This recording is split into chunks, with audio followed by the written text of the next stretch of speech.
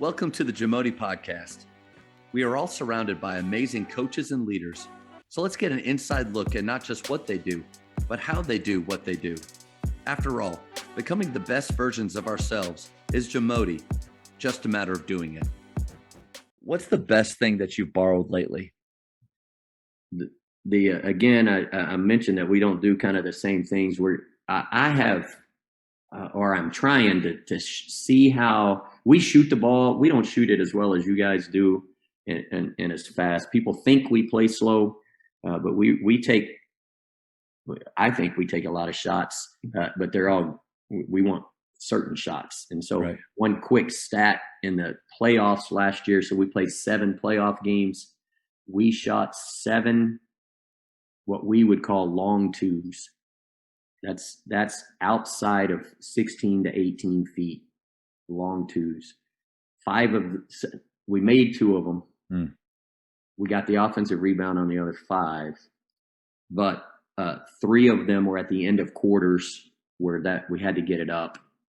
That's the shot that we kind of ended up with. No big deal, but our opponents shot 68 of them. I was going to say, with analytics, you're shooting the highest percentage shots and the shots that are worth the most. If you're only shooting 7 of those in 7 right. games, that's incredible. And so because there's not a shot clock, we're not going to shoot a pull-up jumper off a pick and roll unless there are exceptions. There are kids who can't finish at the rim, and for them that is a layup. Yeah. And so we do allow it, and we do some different things, but our kids know that. And so I think that's going to be something that we concentrate on as our shot selection is things that we practice every day. So you mean maybe allowing them, so shot selection is anytime I get to talk with anybody about shooting, that's where we begin. Right. Shot selection, because if you don't have language within your team that everybody can understand, that's not vague, that when a coach says, hey, only good shots right now, well, little Timmy thinks that's from I'm Curry, so that's right. From the volleyball line. So you have to start with shot selection. Are you talking about this year maybe allowing them to shoot quicker if it's within their range, or what are you adding? Well, what we're having to do now more of, or what I'm trying to do more of, is using our better shooters as initial screeners through back picks and Spain action, and then getting them popped out. Last year, or many years when we have had people just won't let us shoot it very often. If they just let us stand there and catch it, we don't want people to stand there and right. shoot, catch and shoot threes and all the things that go on. So when people run us off the line, we're not great at attacking and even driving and kicking and things like that. So what I'm stealing more of, and it's more of European stuff, I think, more than anything else, is using our better shooters as screeners and to initiate action. And now they've got it. They're not going to leave those people as much. So it frees our kids who don't shoot it up as well, maybe to get a shot they can make. And then you got to respect that back pick, or you got to respect that a little bit. And if our kids can pop it out and shoot it, maybe it frees them up more without having to have a lot of dribble penetration, drive and kick things. And so that's what I would say that I've borrowed more of. On a basketball term, more of. I love that. I think what it'll do is make the defense is going to have to choose. Like, I love putting us in positions where the defense has to choose. Right. They're going to have to choose to help off of your good shooter onto an action that makes somebody dangerous, either a back pick or off a ball screen. That whoever is going to the basket or has the ball, they're going to be dangerous because of that screen. You have to choose how you deal with that. I think you're going to love that. And then it'll be interesting to see if more switching happens, or if people start to help off of those shooters, but then you start to have better space and closeouts happening with those guys, yeah, it could be fun.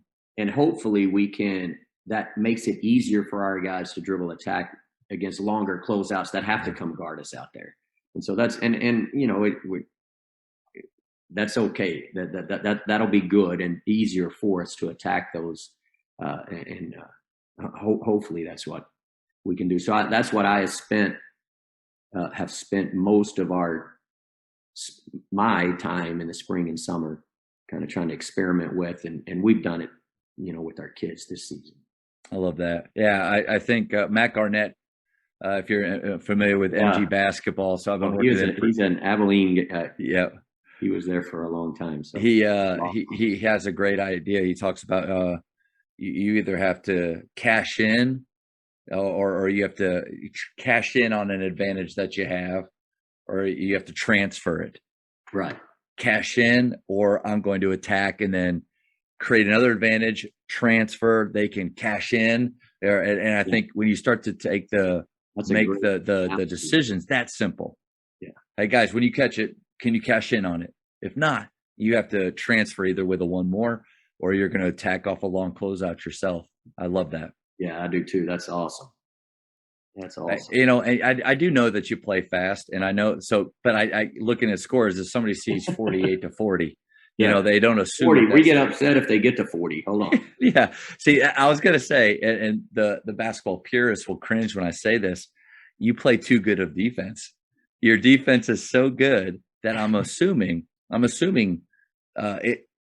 time is spent on that end more. Like yes, we do it first every day defensively. Okay. And so I think that implies the importance of it.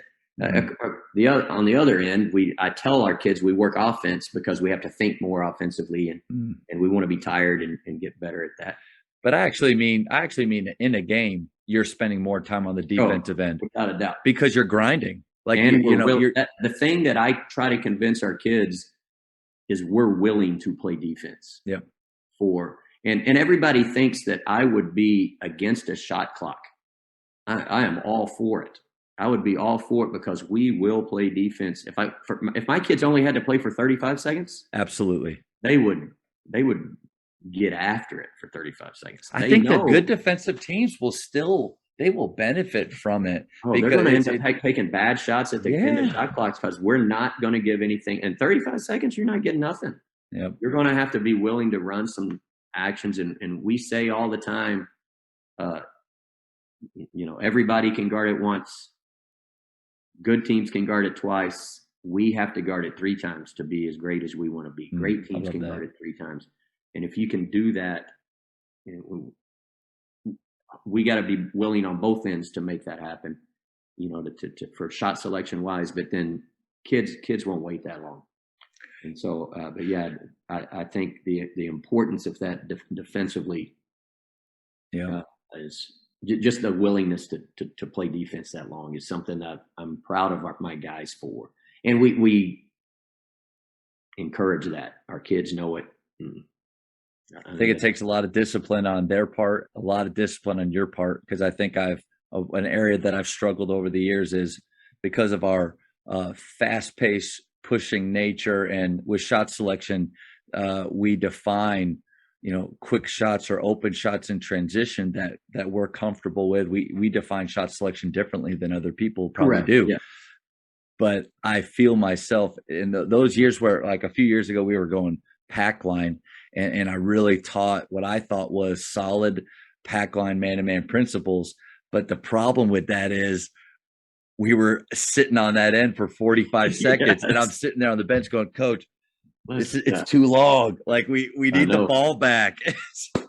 And you wanted to shoot it, and a lot. I would think your kids would want to shoot it in a hurry. Yeah, 12 seconds or less to find the best shot as fast as possible, but not bad shots. And but we tell it's one stat. Again, I do a lot of stat stuff, and analytics are what they are, but we don't talk individually about it.